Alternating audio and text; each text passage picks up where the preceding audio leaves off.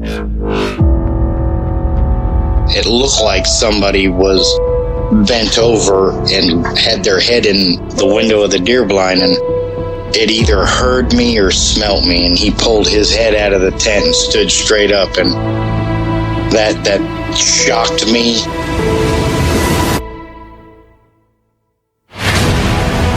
They don't make people that big.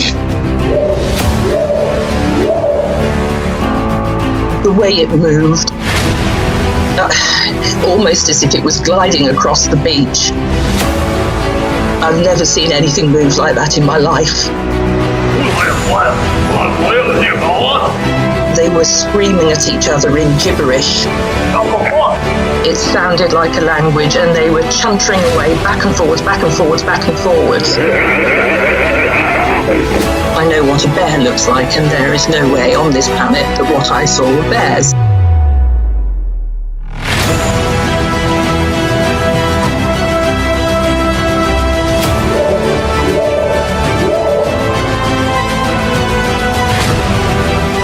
What are you reporting? Jesus Christ, you better... Sir? Deal! Hello? Get somebody out here. What's going on now, sir? That son of a bitch is about 6'9", I don't know. Do you see him now, sir? Yes, I'm looking right at him.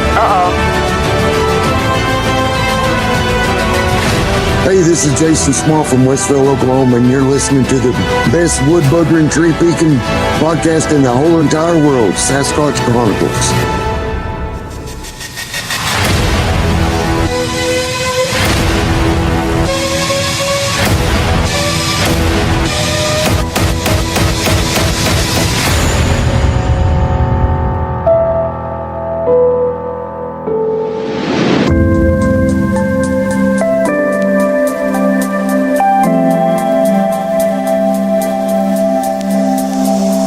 Welcome to the show. It's been a rough week for me. Last week I was telling you about this sinus infection that I had, and it just kept getting worse and worse all this last week. And I mean, I'm just wiped out, coughing all night. And I finally went to the doctor, and I was thinking this is turning into pneumonia. But the doctor said he thought it was more or less bronchitis. I don't know really what the difference is, but he wrote me these antibiotics and this magical cough syrup that takes you away to a happy place, since I spent most of the week up all night coughing. So for tomorrow's show, the public show, I'll be replaying an episode, but I didn't want to let the members down. And so tonight we'll be chatting with Jason. And Jason, through some miracle, should have died when he had COVID. And I'll let him go into that. He talked about it in his email, and I told him that I'd be happy to chat with him about it and this weird experience when he had COVID. But for about a 15-year time frame, Jason would run into these creatures in Oklahoma, and several times he didn't know what it was. He would pass it off as something else, and there was 2 occasions where he got a really good look at the creature, and I'll let him go into that. If you've had an encounter and you'd like to be on the show, shoot me an email. My email address is wes@sasquatchchronicles.com. Let's jump into it tonight. I want to welcome Jason to the show. Jason, thanks for coming on. Thank you, Wes. I'm glad to be here. It's a real honor. Yeah, and you said that you had a friend that kind of turned you on to the podcast. Yeah, I never listened to a podcast. I never even thought there was a podcast about this. And my friend Bronco Hammer sent me an episode of your podcast, the Sasquatch Chronicles. And I've been just hooked on it ever since. It's the only podcast I've ever listened to. And I don't think I need another listen so good. So thank you, Bronco, for turning me on to Wes's show. And thank you, Wes, for having the show. It's great. Yeah, well, shout out to Bronco. Thank you so much. And thank you for the kind words, Jason. You had this encounter. We're going back about 30 years ago in Oklahoma. And there's a few we're going to chat about tonight. But this very first one, if you would you start from the very beginning and kind of walk us into what happened? Well, I'm from Westville, Oklahoma. It's right there on the border of Oklahoma and Arkansas. It's as far east in Oklahoma as you can go without hitting Arkansas. So in 1992 or 93, we went, me and a friend and his brother went coon hunting, and we went to Chewy, Oklahoma. It's a native little community there, just north of Westville. So we went to go coon hunting down there on the river, the Illinois River. We get down there and we pull into a little field down by the river on the river bottom. And we're in a 72 Chevy short wide pickup. And to start this pickup, you got to jump across the solenoid to get it to start. So we jump across the solenoid, we drive down there, we park it. We got our dogs with us. And we let them out. We start walking down the field at the edge of the river. The dogs go out, coon hunting, the dogs go out and they check back in. Dogs go out, check back in. We're walking down the edge of the field. Well, the dogs quit checking back in and it's eerily quiet. It's really quiet. They quit checking back in, so we're walking down the field. And all of a sudden in the distance, we hear this loud scream. It sounds like a woman being murdered. It's off in the distance, but it carries a lot of weight. And we all just stopped in our tracks, and nobody said a word. We did an about face and started heading back toward the truck. We're walking back towards the truck, kind of wondering where the dogs are at, not really too worried about the dogs. About the time we got halfway back to the truck, another scream come out of the woods. This time it was closer, and without saying a word to each other, everybody broke and run. Now, Wes, I was a husky boy. These two boys I was with, they were part feral. They were like skint squirrels. And when that second scream went out, these two boys broke and run like two quarter horses. And all I could think was just keep up with them. Just hang in the pack. You ain't got to beat them to the truck. Just try to stay with them, because all we had with us was a single shot 22 rifle. And after that second scream and they took off, all I could think in my mind was keeping up with them. So we're running, we get back to the truck. James makes it to the truck first. He's got the 22 rifle. His brother comes sliding in second. James hands Donald the rifle, and I come in third place. So Donald hands me the rifle, and Donald jumps in the truck. James pops the hood, and he's trying to jump across the solenoid in the dark, and it's throwing sparks, and it's kind of trying to start the truck, and he's not getting it just right. And I kind of take up a defensive position. I'm like, I got his back. I'm holding the gun, but I'm not holding it at the ready. I'm just kind of holding it by the stock, and I got it pointed down over my foot. Donald's sitting in the truck. James got the hood up trying to jump across the solenoid. And it sounds like, I don't know, it sounded like either a rhino, a bull moose, an elephant was coming through the woods. All these woods were breaking and snapping and cracking and popping. And James is trying to start against the truck. He's trying to start the solenoid. And this brush is just popping right in front of me. And about the time the brush stops, James gets the truck started, and it lets out another scream. But it's so close this time the scream hits me. It hits me like a brick wall. It hits me so hard that it's like somebody walked up, not only in the chest, but like somebody walked up and just slapped me in the nuts too. So James got the truck started, and when the scream hit me, I got so excited. I squeezed the trigger and I popped a shot off out of the 22 because we had one chamber. I shot it into the ground because it was so intense that I flinched. And when I flinched, I shot the gun. And about that time, James got the truck started. When he did, he was in such a hurry to get out from underneath, to get in the truck. He slammed the hood on his own head. So he put his head out, he slammed the hood of the truck, jumped in the truck on the driver's side. I jumped in on the passenger side, and we booked it out of the field. And as we hit the dirt road, James took his coat and threw it out of the window for the dogs to come on. Because the dog, if you leave your dogs, you throw something out the window. If you got to come back the next morning, the dogs will be laying there.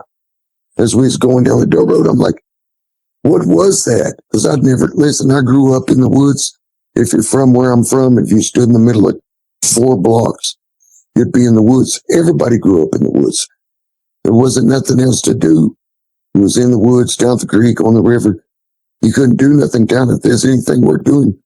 You did it out in the woods. And I ain't never heard nothing like that out in the woods. So I asked him, I was like, what was that? He said that had to be a panther.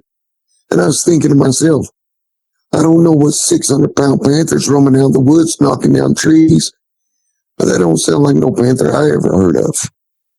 So that was my first encounter in Chewy, Oklahoma with the creature. Wow, that's terrifying. I didn't have a scream. I had a growl, but I definitely know what you mean when the sound hit you. For me, I described it like a bat. It'd be like if someone took a bat and just hit you across the head with it, and there's fear and all your emotions. I don't know if it's a sound wave, but I mean, I get what you mean.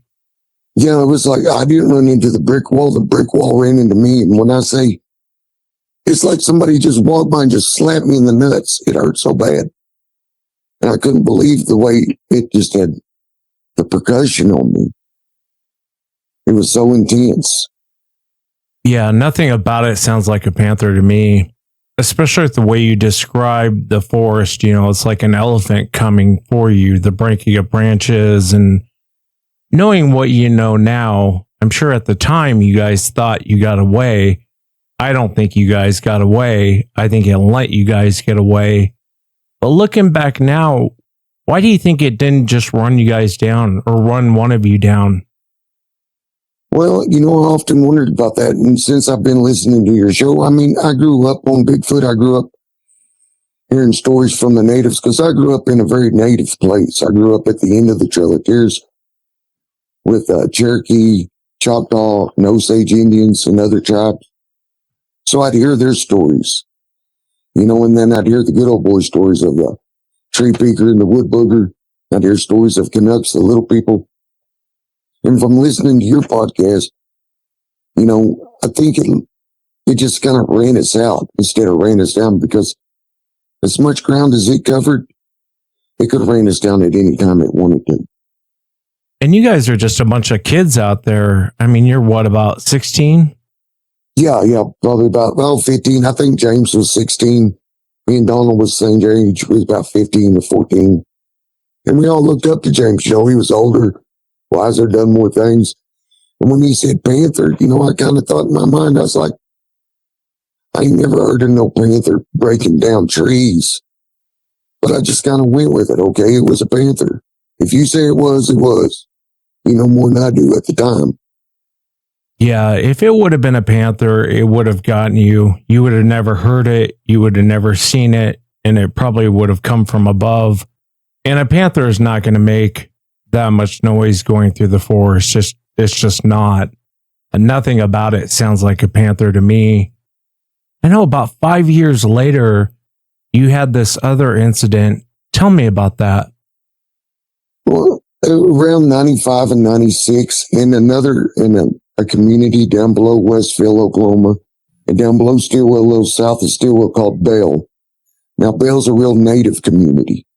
You'll have communities around where I'm from, they're just natives live there, you know. And Bell's one, Chewy and Bell's some of those communities. So me and two friends were in my buddy's 64 Chevy Short Wide, and we're just out cruising the back roads. Because there's really nothing to do around there but cruise around on the back roads and stuff. So we're driving down the dirt road. We're on top of the hill, fixing to break over the hill and go down the hill. But the moon was so bright that night, it was like the moon was close if we'd ever seen it before. It's one of those super moons or something. So we're on top of the hill, and we got this just awesome view of the sky and the moon. There's no light pollution out there, really. So we just shut the truck off. And in a 64 Chevy, you know, shut the truck off, and then you got to kill the lights. They just don't kill automatically. So we kill the lights. And we're talking about the moon and everything and how bright the Milky Way is. We get through talking. Well, James, my buddy, he pulls on the light switch. You got to pull the light switch on a 64 Chevy truck. Start the headlights first. And my friend in the middle lets out a scream. And then the guy driving, James, he lets out a scream. And I turn and look. And we're all sitting in a bench seat. This truck's, I'm no more than 4 or 5 foot away from this thing. And I lock eyes with it. And I want to scream. But when I seen this thing, it took all the air out of my lungs. I didn't have no air left to scream. And it was right there at the driver's side window. I'm sitting all the way on the passenger side. And when I looked at this thing, all the air ran out of me and everything went to slow motion. I could see those guys screaming. I could see the creature's face. And I could see the driver fumbling to start the truck. He's trying to find the key to start it. And I'm looking at this creature and my mind kicks into overdrive, trying to put this creature's face in some kind of category. His facial hair was like an Amish. It was just down below his chin, like sideburns and on his chin. But his face didn't have no hair. But his face had high cheekbones and a brow ridge across, so it gave it that deep inset eye look. And its skin was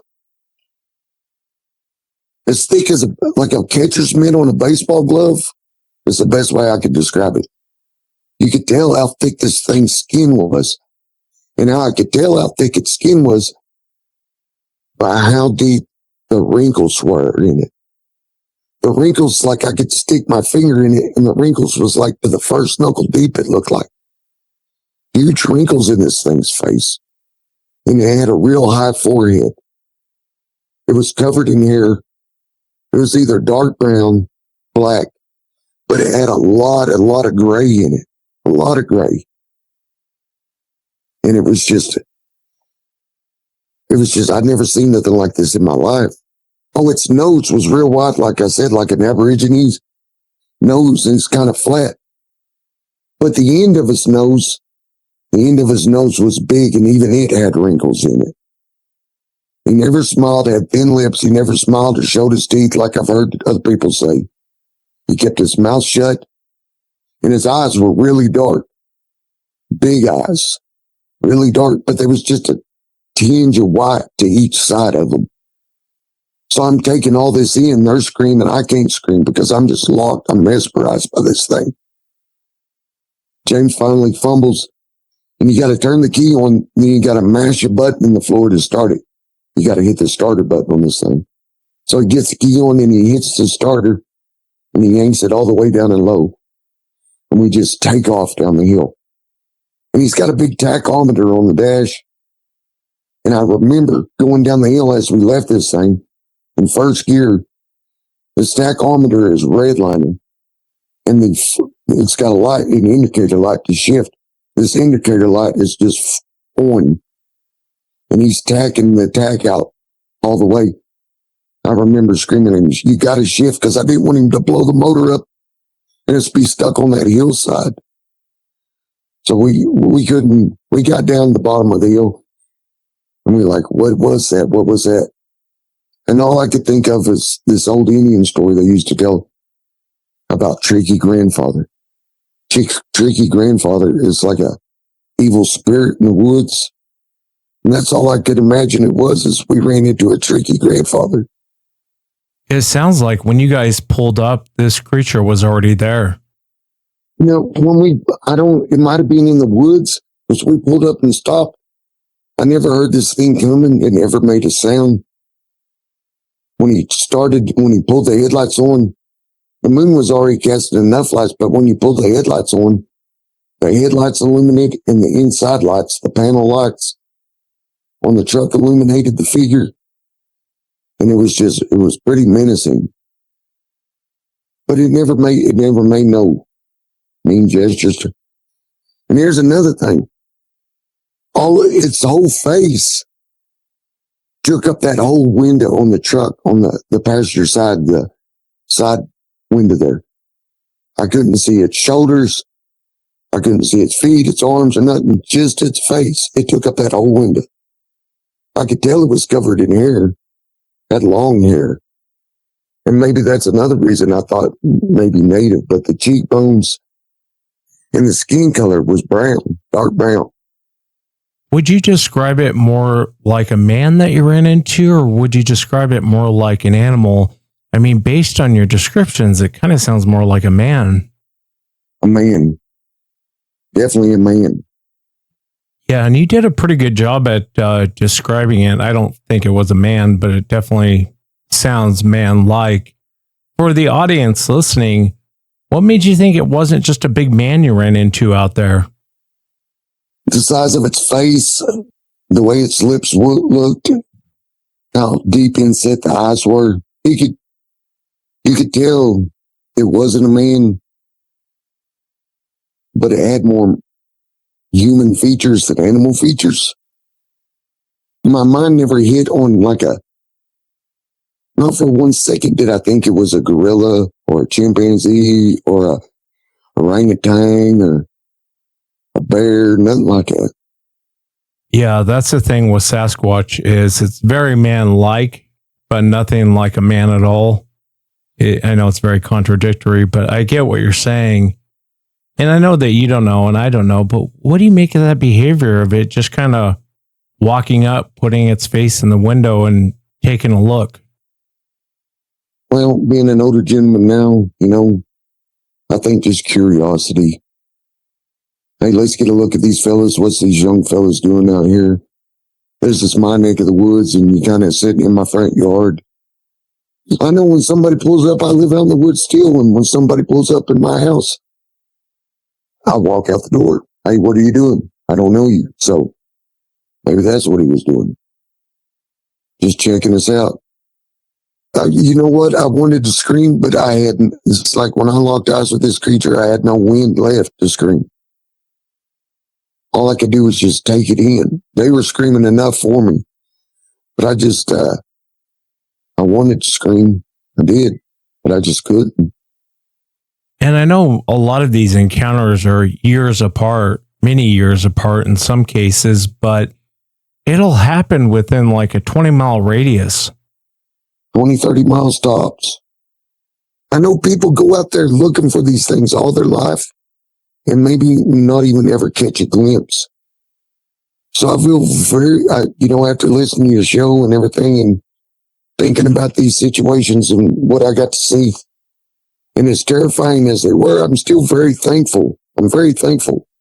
I didn't have to traipse around the woods to see these things. I just had to, I guess I was at the right place at the right time, I guess. After this incident happened and you and your buddies had a chance to talk, did you guys ever talk about going back down there? When we got down the bottom of the hill, we talked about going back up the hill, but none of us wanted to go back up the hill. Really, none of us. It was all like, yeah, we should go back up, but none of us wanted to go back up the hill. But we had to save face in front of each other. We was young men, we had to. But no, we did not go back. And I've went back to Bell time and time again, but I ain't never been back there driving around goofing off at night. I guarantee you that.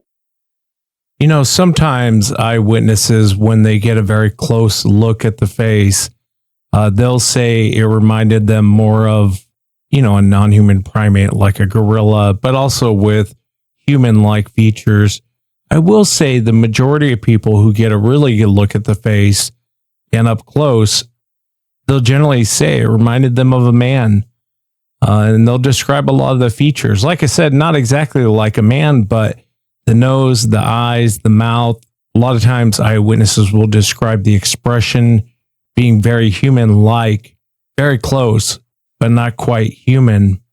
And you guys were in a pretty big truck, that 64 Chevy. I mean, they got big side windows, and that's a big truck. I mean, that face must have been huge to take up the whole window.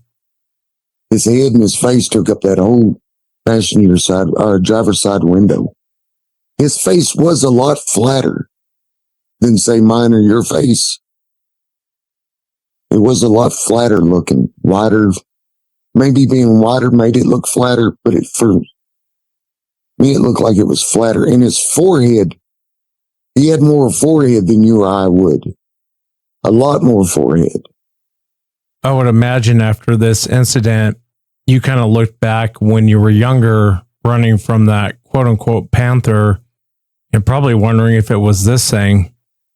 No, that never really even crossed my mind at that time. I still in my mind until I started listening to your show. I just kind of chalked that whole experience up to being a panther. And then listening to the screams here recently on your show, and people talking about their experience with the breaking of limbs and everything. I didn't know Bigfoots. I've always believed in Bigfoots, but I never believed they was in Oklahoma.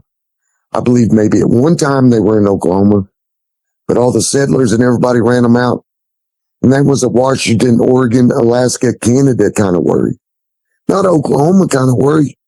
I mean, if you were in Oklahoma and you ran into a bobcat and a turkey in the same day, that was something to talk about. That was a big deal. The only thing I ever had to worry about growing up in the woods is running across somebody growing pot. That's about it. We didn't have no bears. I spent a lot of time out in the woods, and I never even seen a mountain lion. This other incident is the one I really wanted to talk to you about because of the behavior. And I find it fascinating. Again, all of this is happening within like a 20-mile radius and several years apart. But I've heard this behavior before. I think I even had one person come on and describe this exact same behavior. I've probably heard it off the air half a dozen times. I still can't quite figure it out. But if you would take me about 5 or 6 years later, what were you doing in this area and what happened? It was around 99 or the year 2000. Right there on the Arkansas-Oklahoma border, there's a little swimming hole called Salem.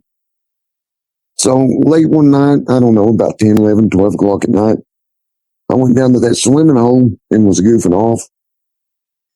Got back in my truck, and my truck wouldn't start.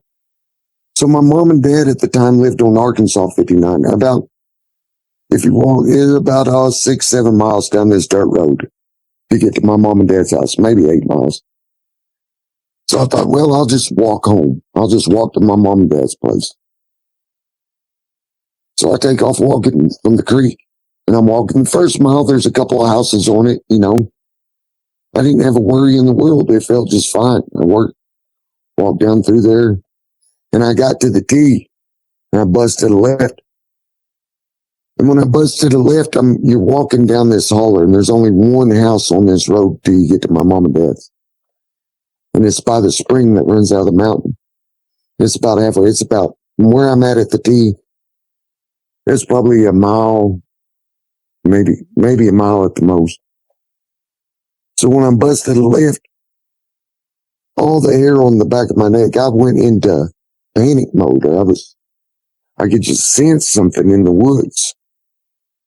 So I'm walking down through there, and then I hear something walking beside me, but I'm down in the hollers, so I'm walking on the dirt road, and there's about 50 foot of just foresty trees, and then it's a hill straight up, and foresty trees on the other side and the hill straight up. And it's a nice moonlit night. But something's walking in them woods, and it's keeping pace with me. So I'm walking down there, not really paying it much mind. And it comes around behind me, and I kind of just follow it with my ears, and I turn with it as it comes behind me, and it crosses the road. And it's on all fours as it crosses the road. And I'm thinking, when I see it cross the road, it's just at the edge of the moonlight, far enough out that I really can't make it out, but close enough I can see it. And it crosses the road, and it goes in the other set of woods. And as I'm turning, I just kind of keep walking down the dirt road, and I'm following it with my ears, and I follow it through the woods. And it comes out in front of me, and it crosses in front of me on all fours. And that's when I think to myself, this thing sure is covering a lot of ground to circle me.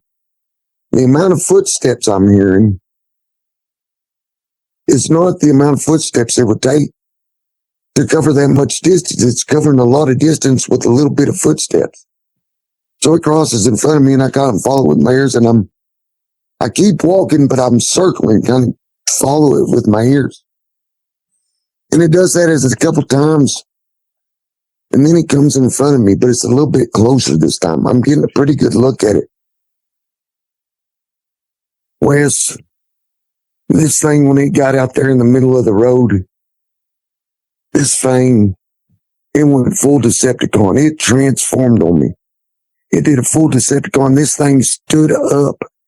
It went from being on all fours to standing straight up like a man.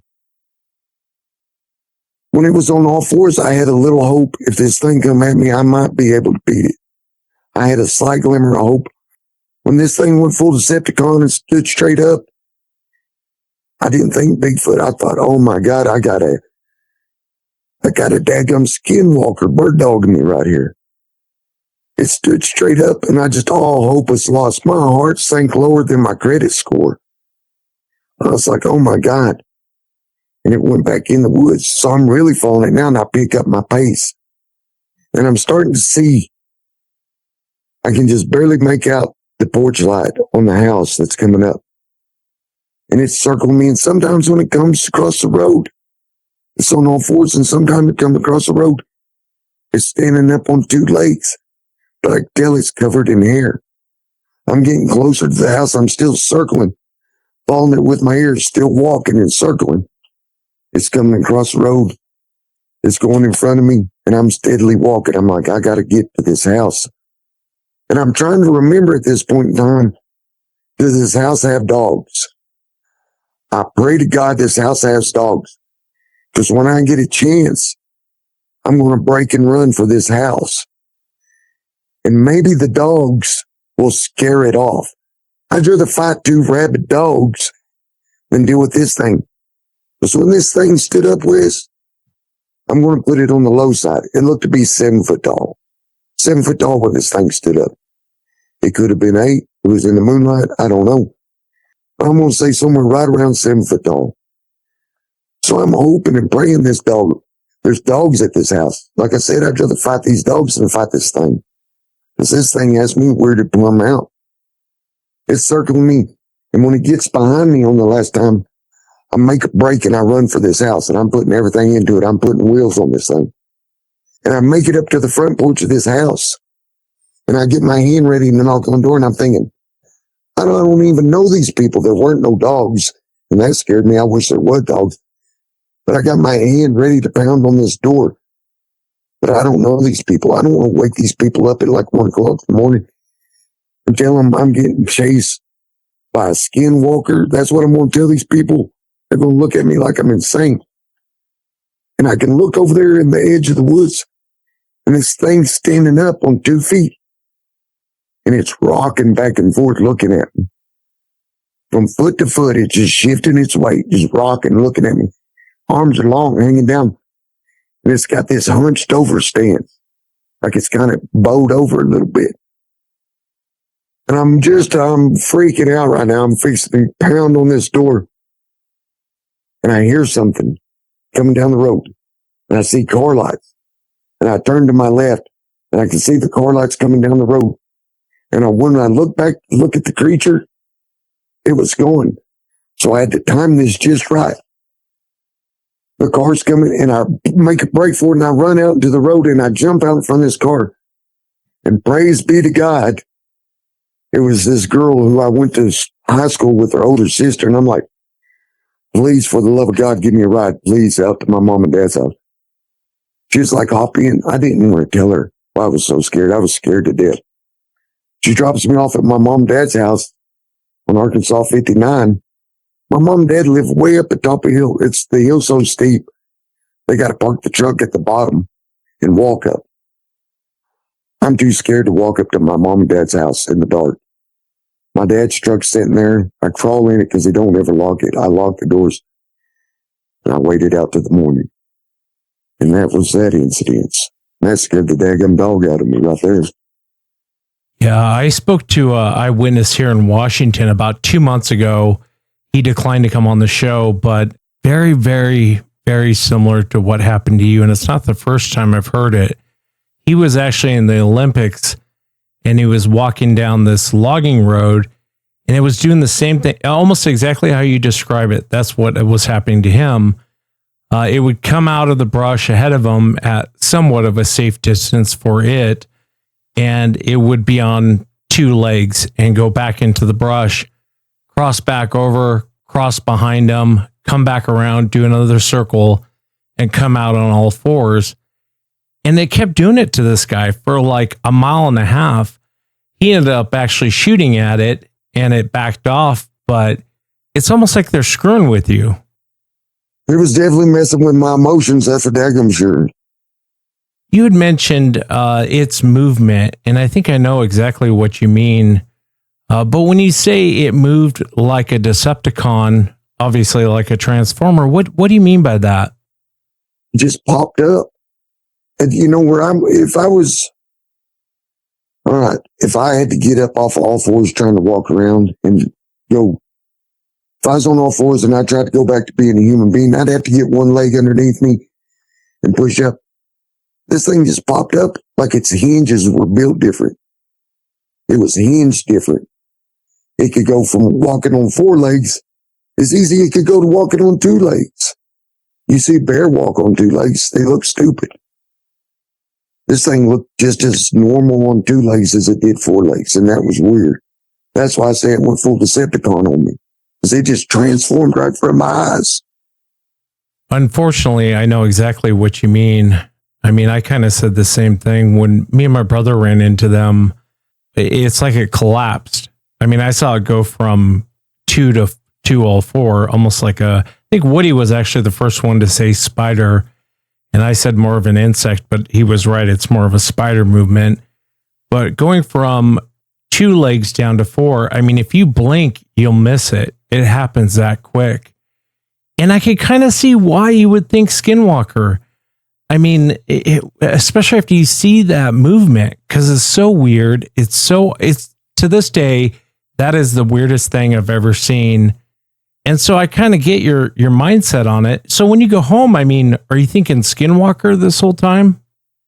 Yeah, Skinwalker, because that's all I really, Skinwalkers can change from animals to human. And I've seen this thing go from walking and talking and quacking like an animal to walking like a human, When it was on all fours, I was trying to decide what it was. All right, it's not a steer, it's not a bear. There ain't no bear around here, and I've seen enough bear walk lumber on TV. It's not a bear. It ain't got a big ass tail, so it's not a mountain lion. There's no wolves around here, and a dog ain't going to be that big. I really couldn't figure out what it is. So that's the only thing I had to go back into all the stories I heard. The only story I could come up with was a Skinwalker. But now listening to your show, I never in a million years until I started listening to your show, I did not know a Bigfoot could go on all fours.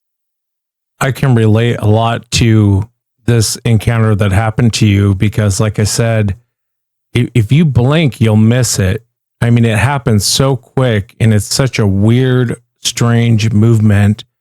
Nothing about it looks normal, but you're right. They do seem as comfortable on 4 legs as they are on 2, but going from 2 to 4 happens very, very quickly. Exactly. It went from all fours to standing on 2 like it just popped up, just like its knees being different, or it's something in the leg just works different, hips, knees, because it just popped up like it transformed. Hey, I'm on 4. Now I'm on 2. I'm all good, It's so smooth. I can't even hardly explain it. Yeah, well, I can tell you from what I saw, and again, it was dark, so I mean, it wasn't a lot of great details, but it seemed like their knees are about where our shins are at. And so I could see them having that ability to get up and down from 4 to 2 very quickly.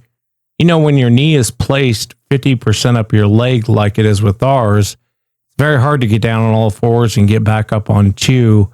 It doesn't quite work the same way. That incident I was telling you about in Washington, I asked the guy, do you think there was more than one? And I'm curious, in your situation, do you think there was more than one? I never heard anything, just the walking of the one. Kept a steady pace until I broke out in a dead run. But I would just turn circles and I'd follow it with my ears through the woods. And for the size of this thing, you think the size of this thing, I know me walking through the woods would make a lot more noise. This thing was bigger than me and made less noise. I don't know how I did it, but it was just It didn't make a whole lot of noise. So that's why I would turn and keep my ears on it.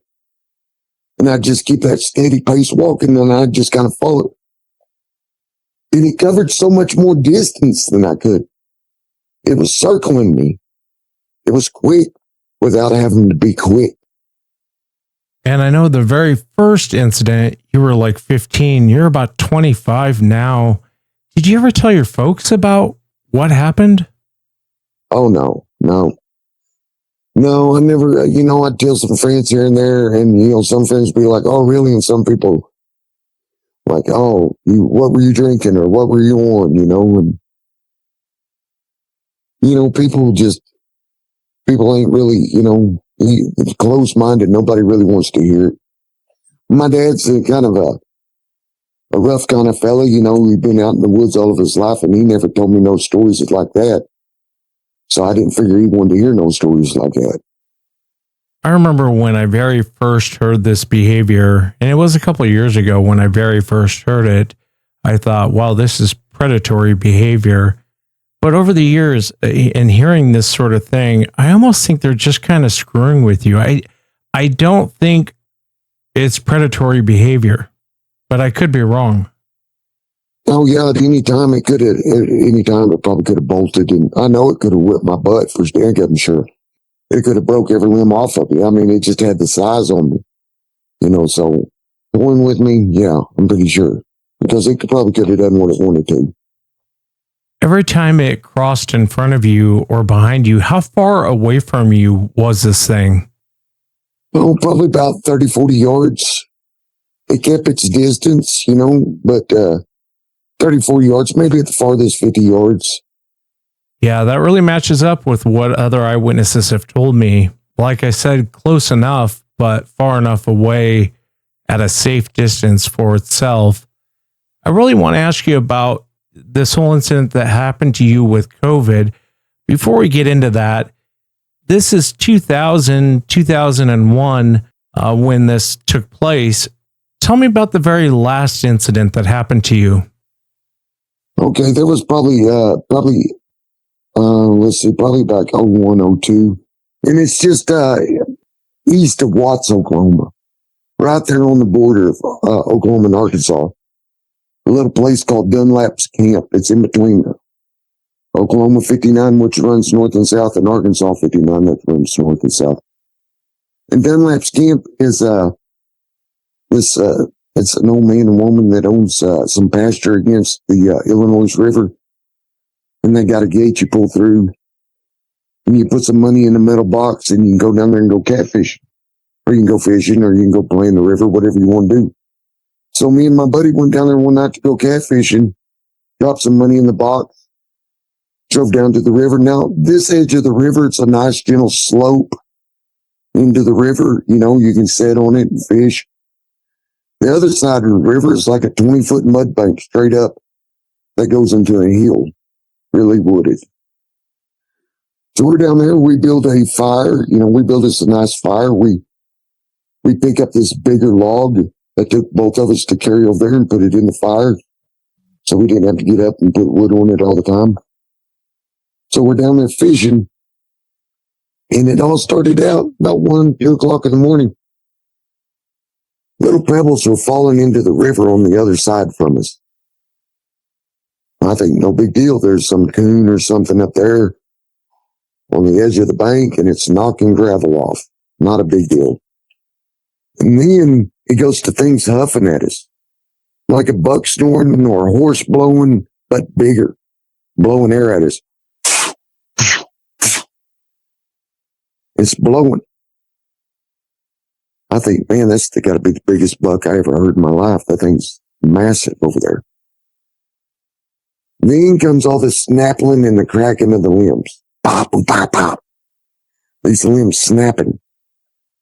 And it comes like it's barreling down like a boulder is rolling down the mountain toward the river, snapping all these trees off. Then it gets to the edge of the river and it stops. Then all of a sudden, there's like trees along this mud bank on the other side of the river. This tree starts to groan. And this whole tree falls into the river. Splash. So I'm thinking, what the hell is going on? We got a little flashlight in the truck, so I get it. And I shine it across the river, and it's barely reaching the other side, but I can see there's a tree that's fell in the river. I can kind of make out its limbs and everything. And then I'm kind of following the limbs down that's floating down the river. But there's a pile of limbs, which I think is a pile of limbs, coming more straight across the river. So I take this little flashlight and I keep it on this pile of limbs coming straight across the river. When it gets to our side of the river, it's probably, I don't know, 30 yards away from us, maybe. And this flashlight's on it. When it gets to our side of the river, this pile of limbs, what I thought was a pile of limbs, reaches up out of the river, and it grabs a hold of a tree limb on our side, and it pulls itself up. And when it pulls itself up, the light's hitting me good enough now that I can see the what's around the limb is a hand, a dark hand.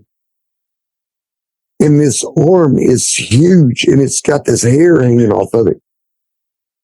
And I can make out the muscle underneath the skin of this animal. I can make out the shoulder. The shoulder's as big as my head. The bicep looks like a football sitting on its arm. And it pulls itself up, and now I can make out the head, the shoulder, and down to its waist. We didn't say another word to each other. He hit the truck and started it up. I hit the truck and I'm in the truck. So we take off out of the field. And as we're going down the field, I'm looking in the side rear out the pasture window into the rearview mirror of the pasture side. And I'm looking to see if this thing's chasing us. In every bump we hit, there's sparks flying out of the back of the truck, sparks flying out. And I'm thinking, where's this fire coming from? So we make it to the highway and I tell him to stop. I think the truck's on fire. So I jump out in that big log we had in the middle of the fire. It was laying in the back of the truck. And the only thing I can think of is that Bigfoot, that creature, that Sasquatch. When he got up out of the water, he got up out of there quick. He picked up that log out of the fire and threw it in the back of our truck. Because I know when I was running to the truck, I didn't stop by the fire and throw it in there. And he beat me to the truck, and I seen him run butt all the way to the truck. He went right by the fire. He didn't pick it up. So the only thing I got left with is the Sasquatch picked it up and threw it at us, and it landed in the back of the truck. We're at the highway. I let down the tailgate, and I got to kick it out of the back of the truck. I ain't never been back there since. We left all of our fishing gear. We didn't even go back to get it. I think he got up out of that river. If there wasn't another one already on our side, he must have got out of that river, picked it up, and like our fire had died down. So the top of the log wasn't even burnt, just the bottom. You know, it was like coal and it was embers and red glowing. So every time we'd hit a bump and it would bounce in the back of the truck, it'd just throw little embers out of the back of the truck. That's the only way I could think of it got in there. Yeah, the behavior of it throwing the log doesn't surprise me, especially since it didn't really react to you guys having a flashlight on it as it was coming up out of the river. I don't blame you. I would have gotten out of there as quickly as possible as well. And I know these encounters span, 10, 15 years of your life. What do you think Sasquatch is? Well, I think when I think about this, I think what my dad used to say. My dad used to tell me all the time, not all flowers bloom the same, but they're still flowers just the same. I think Sasquatch is ancient. It lives ancient. It wants to stay ancient. As far as them being like an alien or anything, the creature I seen was flesh and blood creature. And as far as them being aliens, if you took this world and you put it in its natural form, this world of the way it should be, Sasquatch is more apt to live here than we are. So who's the aliens? He's more suited to live in this world in a natural state than we are. I think they're more human than animal. I think they're smart. I think they're smart as all get out. And I always hear you think he's talking about, do they know guns? I'm sure they do. And here's why. Me and my grandson Gunny the other day was shooting with a Red Ryder BB gun at the target. There was an old alley cat walking down the road. And I said, watch this. And I pulled that BB gun around and I pointed it at that cat. As soon as that cat seen that gun, it started scooting butt down the road. I wasn't going to shoot it. I just pointed the gun at it. The cat knew what that gun was. Sasquatch knows what a gun is too. Yeah, I think that Sasquatch knows what guns are as well. And it is strange how, maybe some animals just know. I got this little rescue dog, Teddy, from the Humane Society, and I'll break my guns out, put them out on the table, clean them, and I never point a gun at my dog or anyone else for that matter. But as soon as I break those guns out, he wants nothing to do. He's out of there. He'll go run upstairs, crawl under my bed until those guns are put away. And I think, how does he know what these things even are? Makes me wonder, did someone point a gun at him? Did someone shoot at him? Like, how does he know what these things are? In your email, you'd mentioned the lights. And a lot of times when people have repeated encounters in an area with Sasquatch, they'll often mention the lights. Tell me about when you saw them. Was it around this time you were encountering these creatures? I know it's a span of many years, but... It was pretty close to a couple of them. No, let's see. They were both after 02, but still in the same area. But they were both after 02. I really can't remember the years, but one night me and my buddy were sitting on my back porch. We lived by Lake Whittington. My buddy came over and was having a couple beers, and we're sitting on the back porch about 12 o'clock at night. Here come this glowing yellow light through the top of the trees, not around the trunks, but through the upper limbs. And it come weaving through these limbs. And when it got to the yard, it started going in a straight line. And the best way I can describe this one, if you had a lightning bug with its rump, the glowing part as big as a regulation size football, and you cut the bug part off and you just left the butt part that was big as a football. It was about that size. And after it went through the trees, weaving through the limbs, it cut a straight line over the top of us. Probably no more than 30 foot above our heads. And it was glowing, pulsating, like a lightning bug would, in and out, in and out. It wasn't illuminating anything but itself. And it went straight over our heads, off into the distance where we couldn't follow it. There was no fear when I seen it. Nothing made me. No hair standing up, nothing. I was in awe, and I really don't know what it was. But it went from zooming through them limbs to flying in a straight line, so it's got some kind of conscience or way to navigate or something, because it wasn't running into nothing. And it looked like it had somewhere to go. Now, the second one I seen was in a place called Prairie Grove, Arkansas, on a little road called Cove Creek Road. And I'm out at my buddy's house, and I'm standing out in his front yard. And it's probably, 10, 11 o'clock at night. And 20 or 30 foot over my head, it comes from behind me. And it's a red light, not illuminating anything, just itself pulsating in and out, just like the yellow one did. But this thing's about the size of a softball. And it flies straight over my head across the field. Then it lands, down there in the intersection. I don't know how far that was. But when it went down in the intersection, it got really bright.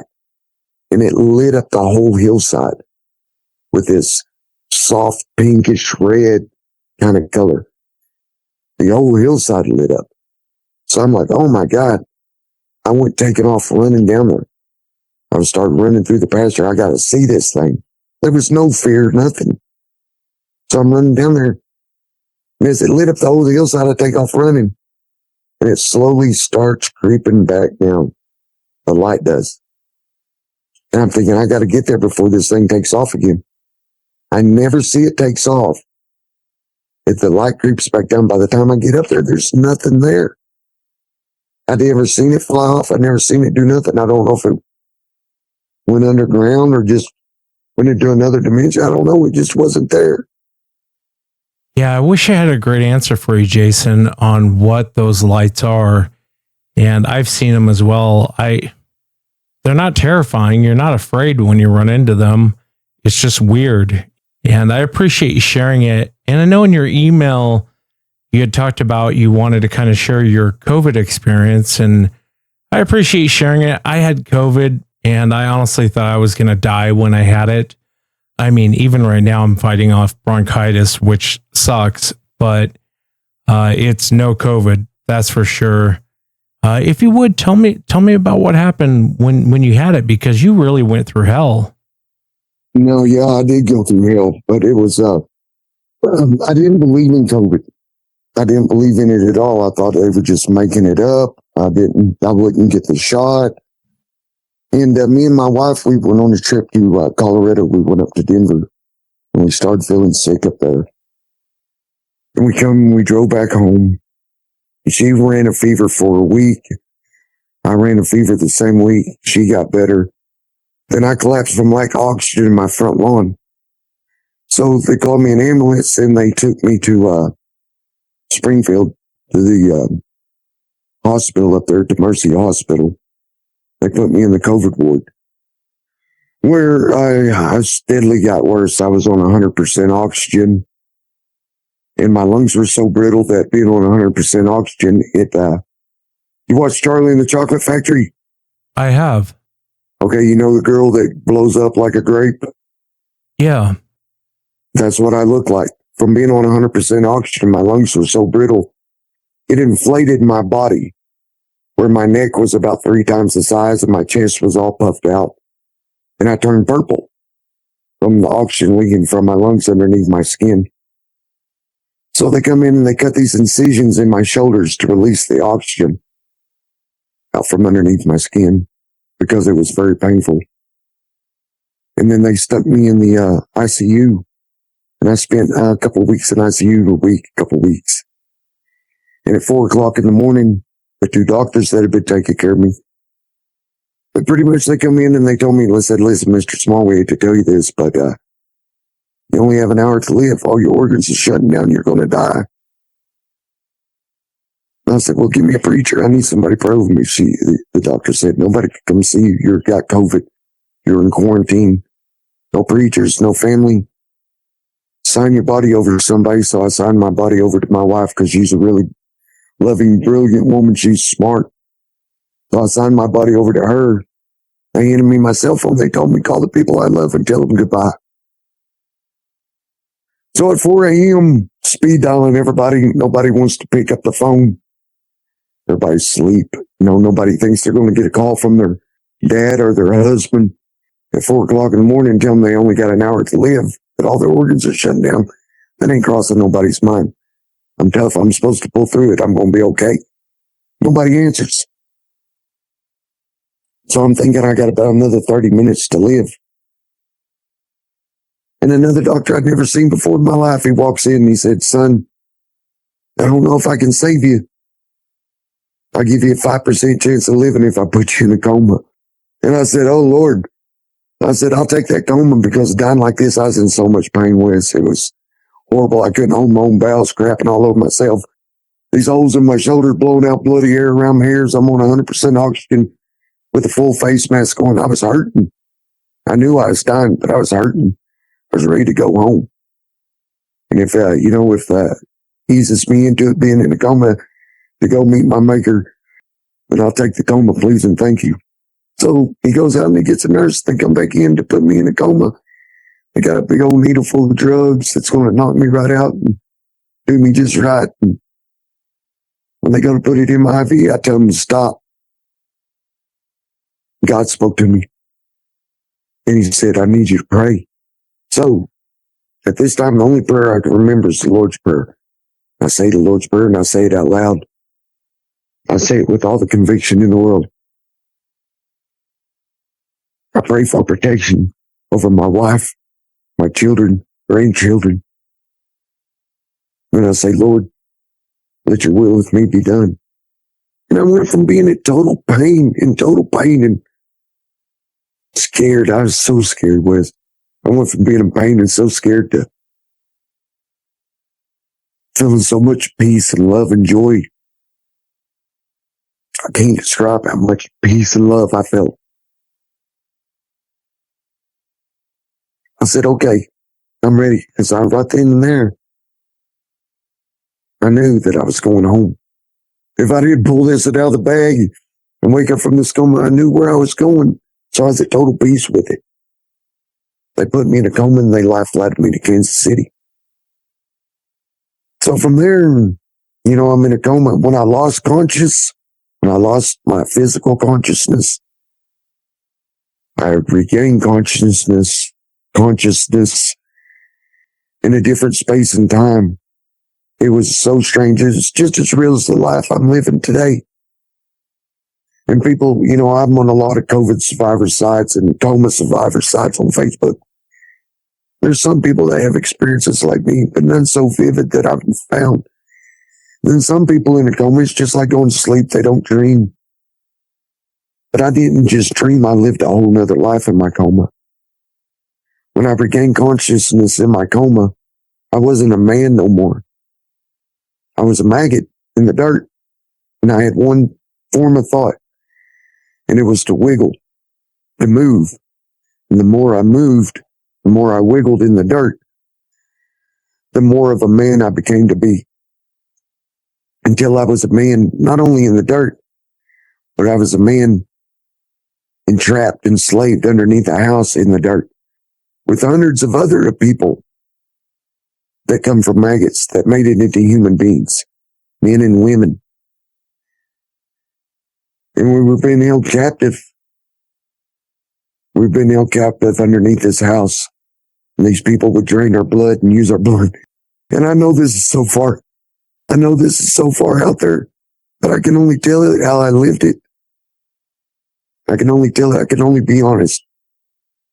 They would drain our blood and use it in some kind of magic. And when they would drain our blood, it would drain our life from us. And they would just keep us on the verge of death and life. We were always right there touching the veil of death. And 1 foot in the grave and 1 foot in life. They would drain us. 3 men. You know how some basements have those little vents to air out the basement, like to the outside to let fresh air in? This basement we were being held captive at had these vents. And 3 men came up to the vent and they spoke to me. They said, we need you to escape. And I said, I can't. There's no way. They keep the door locked. I'm trapped down here. I'm too weak to get out. The 3 men said, we'll give you the tools to escape. I said, how do I escape? They said, you got to set the house on fire. I said, oh my gosh, I'll die. How can I make it out through a house fire down here? They said, it's better to die now than to live the way you're living. So do you want to die? Or do you want to keep living this way? I said, if I don't make it, I want to be dead. I don't want to live this way no more. They keep draining me. I'm too weak to stand up. So through this vent, they gave me the tools, accelerant, something in a bottle, some matches, some cloth to set this house on fire. So I set this house on fire and I make it out and they saved me. These 3 men. It was a black man, an Indian man, not Indian like from India, but an Indian man like I grew up with, like Cherokee or Choctaw or an Osage Indian, and a Mexican man. And through this whole coma, the black guy was like, Mickey from Rocky, the motivational speaker, get up because Mickey loves you. You got to keep moving. That's who the black guy was to me. The Mexican man, every time this lady would put a spell on me or try to drain my blood or do some weird voodoo stuff, that's all I know what she was doing, some kind of voodoo getting my blood. When she'd put a spell on me, this Mexican man knew the right herbs, like I had to eat these burning herbs one time and he frightened with salt on a tin pan over my head. He knew how to counteract the spells. The Indian was the most important of all because after I escaped, this lady chased me through time and space. Like at times we'd all be, the three men and myself, we'd be like 12-year-old boys going through the Great Depression. Then we'd all be on a nuclear submarine off the coast of Russia while this lady was just... I had one goal in mind through all this, as she was draining my blood and trying to track me down and tripping me up, and they would hang money out in front of my face and offer me fortune and fame, and they'd offer me all this, and these three men kept me on the path because I had one goal. If I could make it home, if I could just make it home where I grew up at, I could wake up. And they kept me on the path through time and space and through all the, because sometimes I feel like I couldn't even move. And the black guy would just keep me motivated. You got to keep moving. You got to keep swinging. You got to keep stepping. You got to keep coming. And the Indian always knew which way I needed to go. He was like my compass. And if I was under attack, the Mexican fella, he knew how to counteract the attack where I could stay healthy and keep. And pretty much this lady, when she'd catch me, she would beat me. She would torture me. My children and my wife were in my coma with me. And she would repeatedly catch my children and murder them in front of me, eat them and torture them also. Eat and torture and murder me. And when you got murdered in my coma, there was rules to it. Like you could come back. After you got murdered, you would like respawn, come back. And I know it was probably just the drugs that they had me on. But when I tell you it was as real as me standing here talking to you today. Every time she'd cut me, I'd feel it. Every time they hit me, I'd feel it. Every time they'd break a bone, I'd feel it. Every time they hurt my children, I felt it. And I seen it. It was nothing pretty. It was nothing angelic about it. There was nothing hopeful at times. But I just kept stepping, and I kept swinging, and I kept going.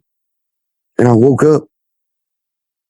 But you know, the weirdest thing about my coma, I'd meet other people in my coma. People that were involved with me as I was on my adventures. When I woke up, there was 3 nurses. And I knew their names already when I woke up. I knew them by the names I called them in my coma. It wasn't their names here on earth. But I had a name for them in my coma. And I knew them by their face.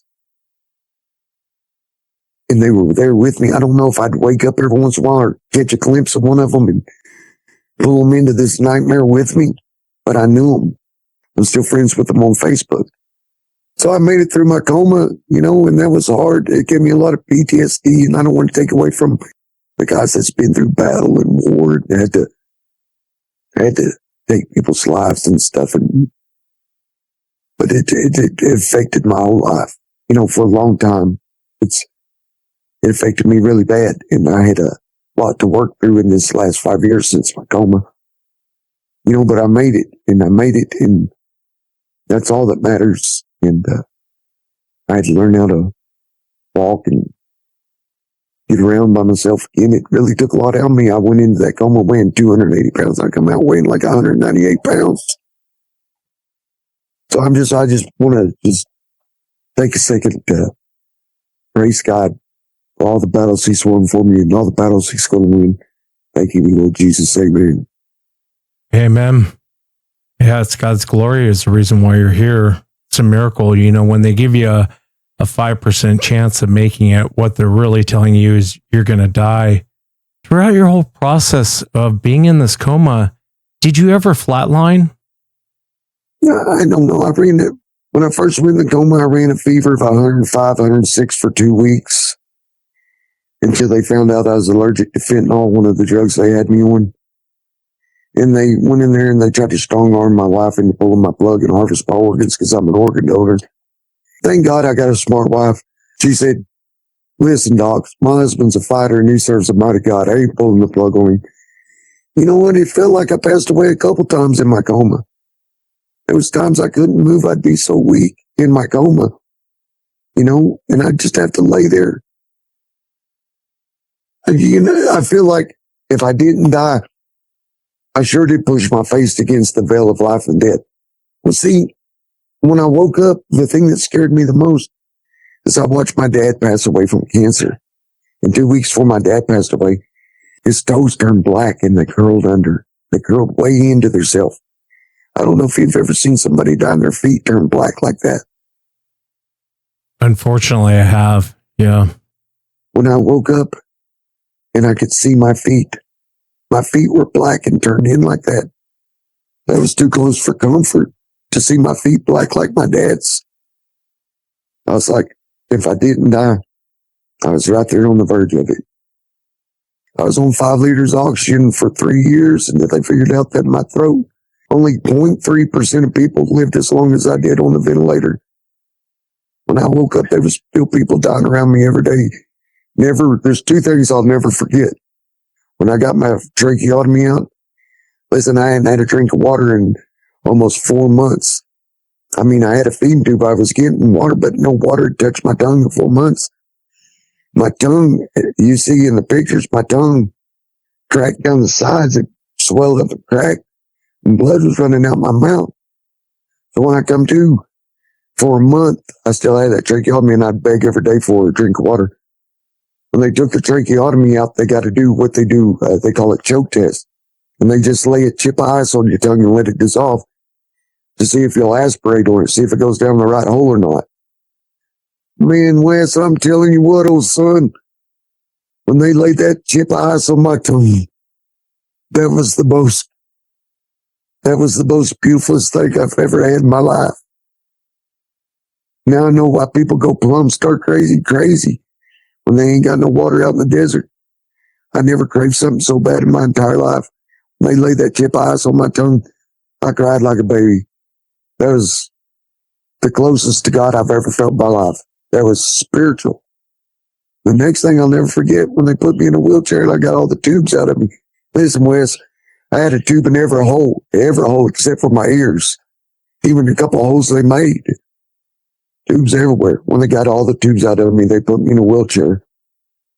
And the nurse wheeled me across the hospital. When she got to the nurse's station, she leaned down. She said, Mr. Small, you just went from the I'm never going to make it home side to I'm going to make it home side. I'm telling you, Wes, there ain't no better feeling than that, son. Yeah, it's amazing what you've gone through, Jason. And, the world is a better place with you in it. And, when you hear stuff like this, I mean, how could you deny it was a miracle that someone wasn't helping you out? My belief is, the Lord stepped in to help you. I don't know what else it could be. Listen, they took me, when I finally got strong enough, I couldn't walk yet. They put me in a wheelchair and they put me in a special ambulance and they took me across Kansas City to a rehab facility. They pushed me in front of my doctor, which was a nice lady. She gave me a long spiel about rehab this and rehab that. And at the end, she said, Jason, do you have any questions about your rehabilitation? I had a question, but God done answered it for me. I wanted to hear what this lady, this doctor, this scientist had to say. I said, ma'am, how long is rehab going to take a guy like me? She said, Jason, by looking at what you went through and judging on your charts. She said, do anywhere from 2 to 4 months of rehabilitation. I said, no, ma'am. My God said, you'll have me 7 days. And her mouth opened up and her hands went up. She's like, oh, Lord, you can't do this in 7 days, Jason. She said, you're setting such too high and lofty goals, that's going to hurt your rehab. I said, ma'am, I ain't worried about it. God said 7 days. Wes, I'm here to tell you right now, 7 days later, not a wheelchair, not a walker, not a crutch, not a cane, just me and a bottle of oxygen. We walked out of that rehab center. So all glory to God. Thank you, Jesus. Yeah. Amen, man. Amen. And I'm so sorry that you went through that. I mean, it's a terrible thing to go through, but I'm so glad that you made it through.